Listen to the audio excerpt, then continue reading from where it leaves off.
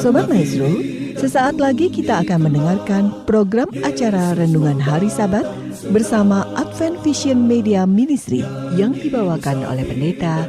Selamat mendengarkan. Yesus mau datang segera.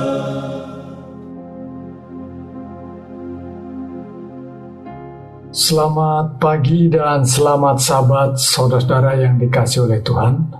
Salam sejahtera bagi seluruh pendengar Maestro yang kami sangat kasihi. Pada pagi ini saya Pendeta Cucu Elia akan bersama-sama dengan saudara untuk membaca, mendengar, dan merenungkan sabda Tuhan.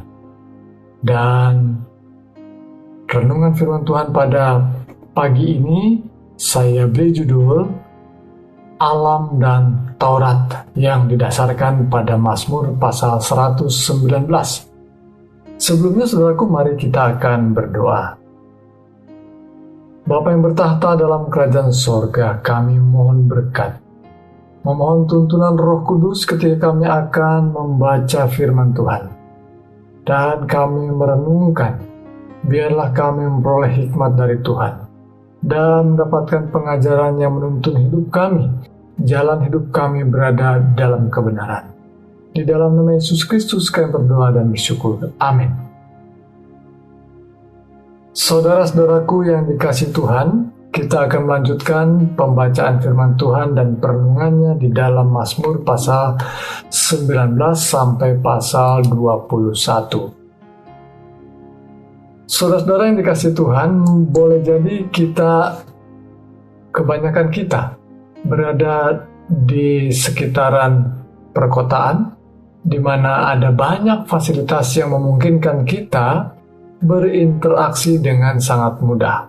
Bahkan khususnya mendapatkan sinyal-sinyal yang membuat kita terkoneksi dengan mudah dengan berbagai media-media yang ada.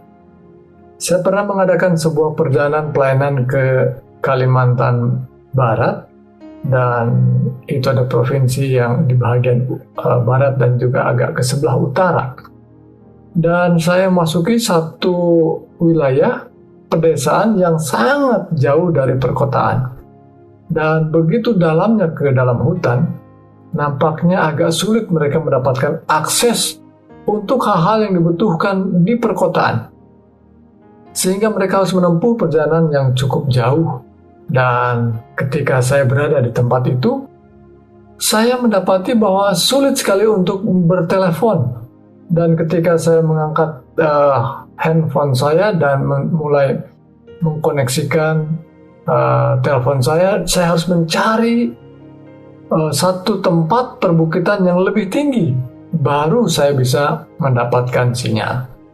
Saudaraku, sesungguhnya banyak jiwa yang berada di ujung-ujung hutan, di ujung-ujung dunia kita istilahkan.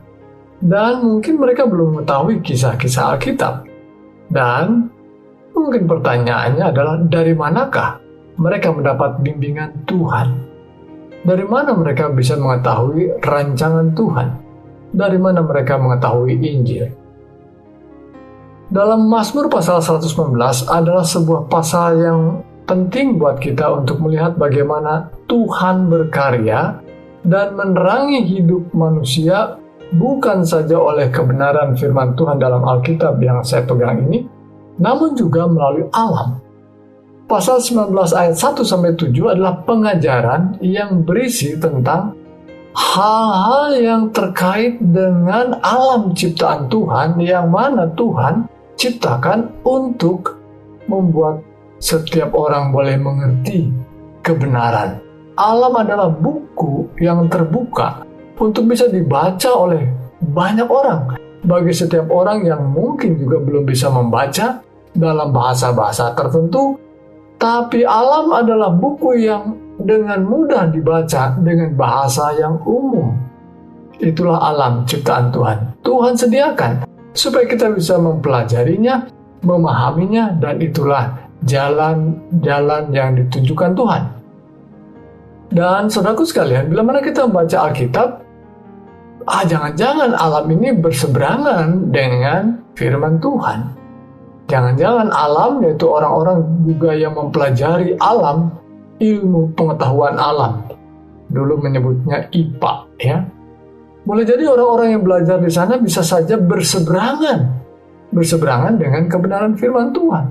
Mungkin salah satunya bisa saja dimunculkan teori evolusi misalnya. Namun saudaraku sekalian, ini adalah hal-hal yang mungkin bisa saja sebagai penyelewengannya. Sekiranya benar alam itu dipelajari, tidak mungkin berseberangan dengan firman Tuhan. Karena Alkitab adalah firman Tuhan yang dikarang oleh pribadi yang sama, oleh Allah yang sama. Jadi alam dan kitab suci harusnya berada dalam jalan yang sama. Mari kita baca beberapa ayat di dalam pasal 19, ayat 1 sampai ayat yang ke-7. Langit menceritakan kemuliaan Allah dan cakrawala memberitakan pekerjaan tangannya. Hari meneruskan berita itu kepada hari, dan malam menyampaikan pengetahuan itu kepada malam. Tidak ada berita dan tidak ada kata. Suara mereka tidak terdengar, tetapi gema mereka terpencar ke seluruh dunia, dan perkataan mereka sampai ke ujung bumi. Dia memasang kemah di langit untuk matahari yang keluar bagaikan pengantin laki-laki yang keluar dari kamarnya, girang bagaikan pahlawan yang hendak melakukan perjalanannya.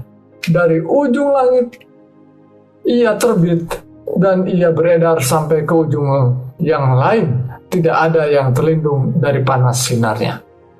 Saudaraku sekalian, beberapa ayat ini, 7 ayat ini menggambarkan alam yang diciptakan Tuhan itu bisa menceritakan kebenaran, bisa menyatakan kehendak Tuhan, yang mana dipancarkan, dinyatakan ke seluruh dunia, dari ujung bumi yang satu ke ujung bumi yang lainnya. Sehingga cerita yang saya sampaikan tadi, ketika saya berada di pedalaman Kalimantan, siapakah yang akan datang ke sana untuk menceritakan tentang Tuhan? Sekalipun mungkin saya adalah salah satu pribadinya, tetapi sebelum itu Tuhan sudah menyatakannya melalui alam. Dan bagaimana dengan kitab suci? Kitab suci yang dibicarakan di sini adalah kitab Taurat, karena memang saat itu baru kitab Taurat yang ada. Dikatakan dalam ayat 8, Taurat Tuhan itu sempurna, menyegarkan jiwa. Peraturan Tuhan itu teguh, memberikan hikmat kepada orang yang tak berpengalaman. Titah Tuhan itu tepat, menyukakan hati. Perintah Tuhan itu murni, membuat mata bercahaya. Takut akan Tuhan itu suci, tetap ada untuk selama-lamanya. Hukum-hukum Tuhan itu benar, adil semuanya. Lebih indah daripada emas, bahkan daripada banyak emas tua. Dan lebih manis daripada madu, bahkan daripada madu tetesan dari sarang lebah. Bapak Ibu Saudaraku yang dikasihi oleh Tuhan, pasal 119 ada 2 hal yang dinyatakan di sana, yaitu kitab suci yang adalah kitab Taurat. Itu sebabnya dari sejak awal pasal 1 kitab Mazmur ini sudah memberikan gambaran, berbahagialah siapa mereka? Berbahagialah orang yang mencintai Taurat itu dan merenungkan Taurat itu siang dan malam. Dan berulang-ulang dari setiap pasal mengingatkan hal itu, yaitu kita yang memelihara, mentaati akan kebenaran firman Tuhan. Dan saat yang sama, tidak boleh dibedakan pengajaran yang kita dapatkan dari alam. Sesungguhnya alam haruslah diselidiki dan hasilnya adalah hal yang menceritakan tentang kebenaran yang sama. Boleh jadi pengajaran Tuhan itu, ilham dari Tuhan itu berangsur-angsur lebih memberikan penjelasan dengan detail. Itu yang disebut dengan pengilhaman secara progresif tentunya. Dan kita akan mendapatkan pelajaran yang saling menguatkan satu dengan yang lainnya. Inilah yang digambarkan Mazmur pasal 119. Selanjutnya, pasal 20 adalah pasal yang memberikan kepada kita sebuah pengajaran pentingnya kita terlibat dalam doa, mendoakan para pemimpin kita, orang-orang yang bekerja menjadi pejabat bagi publik, dan kita wajib mendoakan mereka. Saya akan bacakan ayat 10 pada pasal 20 ini. Ya Tuhan, berikanlah kemenangan kepada raja. Jawablah kiranya kami pada waktu kami berseru. Ini ayat yang terakhir dari pasal 20 adalah ajakan untuk berdoa bagi raja. Adakah di antara kita memiliki waktu untuk berdoa dan menyisipkan pokok doa khusus, yaitu untuk para pemimpin di negeri kita? Mungkin itu presiden, para menteri, para pejabat lainnya di pemerintahan kita, atau juga gubernur, wali kota, atau bupati, bahkan tentu camat, lurah, RW, dan RT. Kita harus tahu juga namanya. Doakan mereka, dan itu adalah ajakan dari firman Tuhan. Berdoalah buat mereka. Dan di dalam doa yang diajarkan itu adalah doa yang terkait dengan apa yang disebutkan tadi pasal 19 terkait dengan kegiatan di Bait Kudus, di Bait Suci, di mana Taurat diajarkan, di mana Taurat dipraktekkan. Berbicara tentang Taurat tentu saja berbicara tentang aturan-aturan yang lebih luas, karena di dalamnya adalah peraturan-peraturan, ketetapan-ketetapan, dan titah-titah Tuhan yang berisi tentang pengajaran moral atau peraturan moral. Dan ada peraturan-peraturan lainnya yang dikaitkan atau terkait dengan hal-hal moral. Tapi ada juga peraturan-peraturan yang disebut juga hukum Taurat juga namanya, karena memang dalam kitab Taurat, yang kaitannya dengan kegiatan-kegiatan di Bait Suci. Hal-hal yang diatur dalam Bait Suci kalau kita mempersembahkan kurban. Kegiatan ritual yang kaitannya dengan bagaimana menyelesaikan dosa, menyelesaikan pelanggaran, dibawalah korban-korban. Saya akan bacakan beberapa ayat dalam pasal 20 ini. Kiranya Tuhan menjawab engkau pada waktu kesesakan. Ayat 2. Kiranya nama Allah Yakub membentengi engkau. Kiranya dikirimkannya bantuan kepadamu dari tempat kudus dan disokongnya engkau dari Sion. Lihat, saudaraku, ayat ini mengingatkan akan Bait Kudus, tempat Allah bertahta. Dan ini ada aturan-aturan yang terkait dalam ritual-ritual di Bait Suci. Ayat 4, kiranya diingatnya segala korban persembahanmu dan disukainya korban bakaranmu. Lalu ada kata sela, berhenti sejenak untuk merenungkan. Kenapa perlu berhenti sejenak? Ada hal yang penting kelihatannya harus direnungkan tentang korban, tentang persembahan. Saudaraku, bukan hanya mendoakan pemerintahan, bukan hanya mendoakan Bapak Presiden, Gubernur, dan RT RW yang kita doakan dalam ritual doa kita, tapi juga ada persembahan kita, ada dukungan kita untuk kemajuan negeri kita, untuk kemajuan di mana tempat di mana kita berada. Jadi saudaraku sekalian, ini sebuah pengajaran yang komplit tentunya. Kitab Taurat selalu disinggung dalam Mazmur ini, karena memang kitab Mazmur yang dalam urutannya boleh jadi secara umum, khususnya kaum mayoritas menyebutnya ini, setelah Taurat itu ada kitab Mazmur, kitab lanjutannya, dan tentu ini berbicara tentang merujuk untuk kembali kepada kitab yang pertama. Dan kalau saya berkesimpulan bahwa kitab-kitab itu ada begitu banyak kitab, tapi sesungguhnya hanya satu kitab dari Tuhan. Maka ketika kitab yang muncul berikutnya adalah kitab yang ditulis oleh para penulis Alkitab yang sesungguhnya mereka adalah pembaca Alkitab sebelumnya dan sekaligus adalah pendukung Alkitab sebelumnya, karena kitab-kitab sebelumnya adalah rujukan, selalu menjadi pedoman bagi tulisan-tulisan para penulis Alkitab lainnya. Baik saudaraku sekalian, di dalam pasal 20 ini selanjutnya dikatakan, sekarang aku tahu bahwa Tuhan memberi kemenangan kepada orang yang diurapinya. Siapa yang diurapinya? Seorang raja. Dan itu tentu akan merujuk secara kristologi adalah Yesus Kristuslah sang raja itu. Ya, dia diurapi sebagai Mesias, dia diurapi sebagai raja. Dan ini juga aplikasinya juga dalam kehidupan kita sehari-hari. Orang ini memegahkan kereta dan orang itu memegahkan kuda.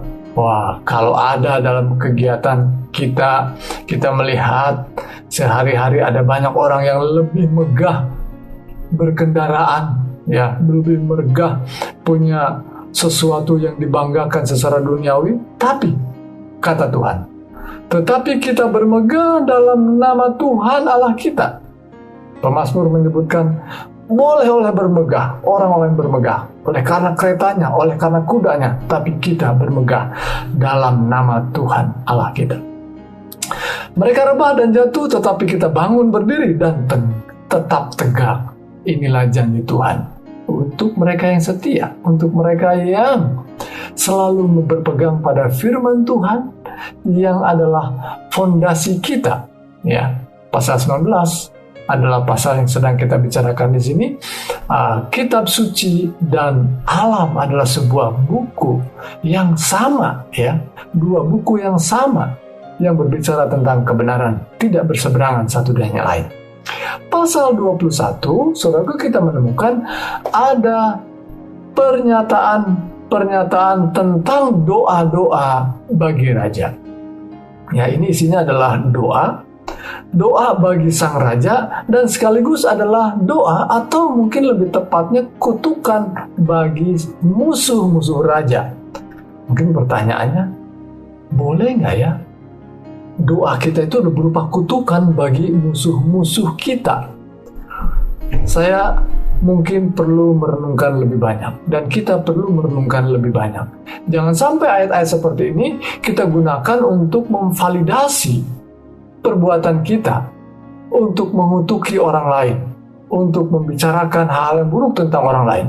Boleh jadi memang ada orang-orang yang menekan kita, sulit beribadahlah, mungkin sulit untuk membangun gereja dan lain sebagainya. Tapi belum tentu orang-orang itu adalah orang-orang yang memusuhi Tuhan. Boleh jadi mereka adalah orang yang mengasihi Tuhan, tetapi mungkin belum sama persepsinya mengenai Tuhan.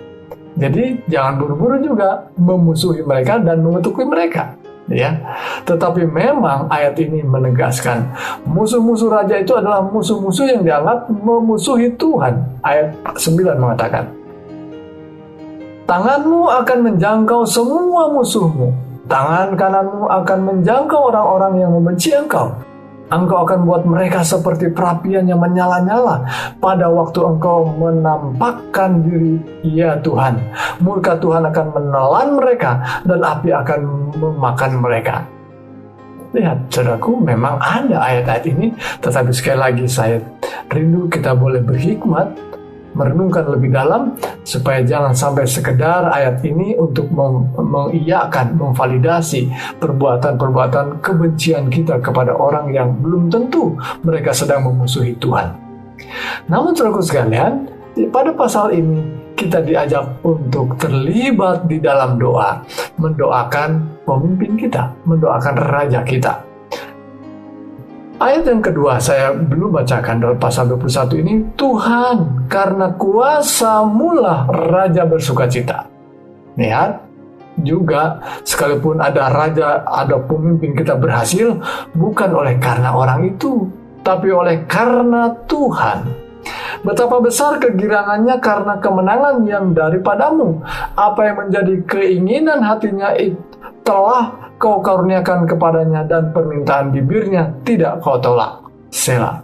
Sebab engkau menyambut dia dengan berkat melimpah. Engkau menaruh mahkota dari emas tua di atas kepalanya. Hidup dimintanya daripadamu, engkau memberikannya kepadanya, dan umur panjang untuk seterusnya dan selama-lamanya. Bapak Ibu Saudaraku yang dikasihi Tuhan, doa dan doa bagi orang-orang yang berada di sekitar kita, dan juga ajakannya secara khusus berdoa bagi para pemimpin kita, bagi raja kita, bagi presiden kita yang sedang memperjuangkan untuk kesejahteraan bagi seluruh umat. yang ada di negeri kita.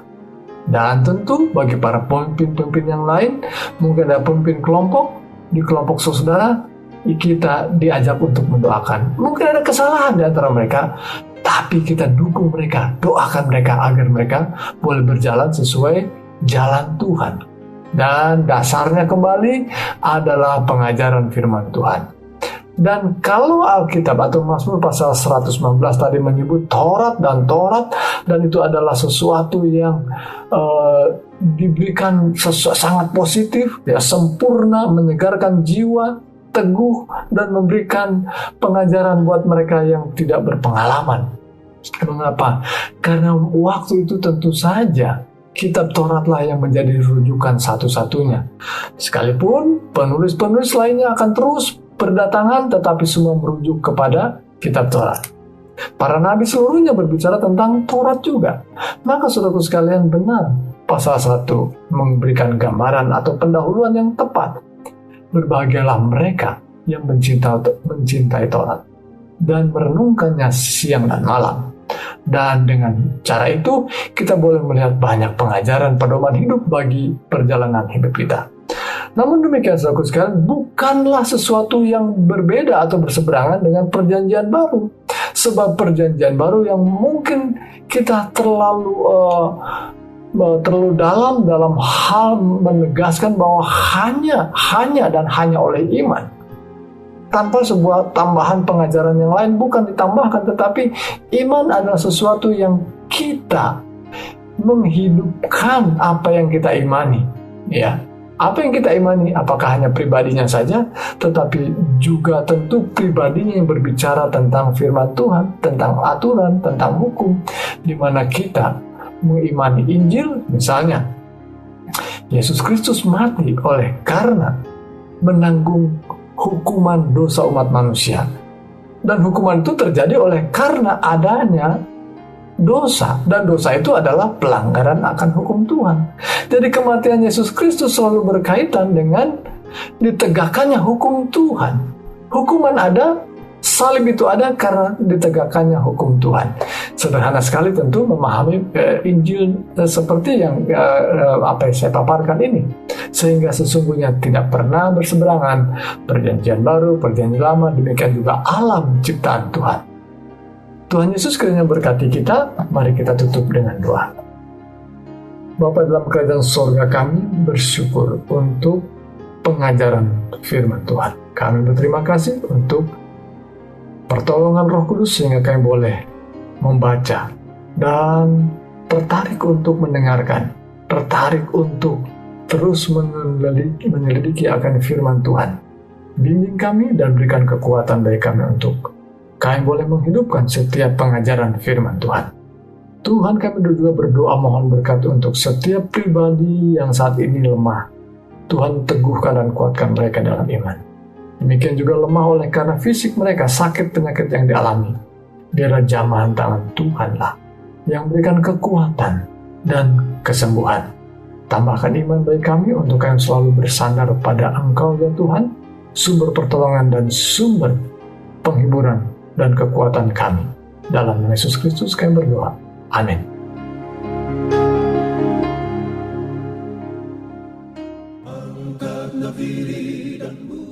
Sobat Maestro, Anda telah mendengarkan program acara Renungan Hari Sabat bersama Advent Vision Media Ministry. Untuk tanggapan pendengar, hubungi 087 888 777 689. Terima kasih atas kebersamaan Anda. Tuhan memberkati.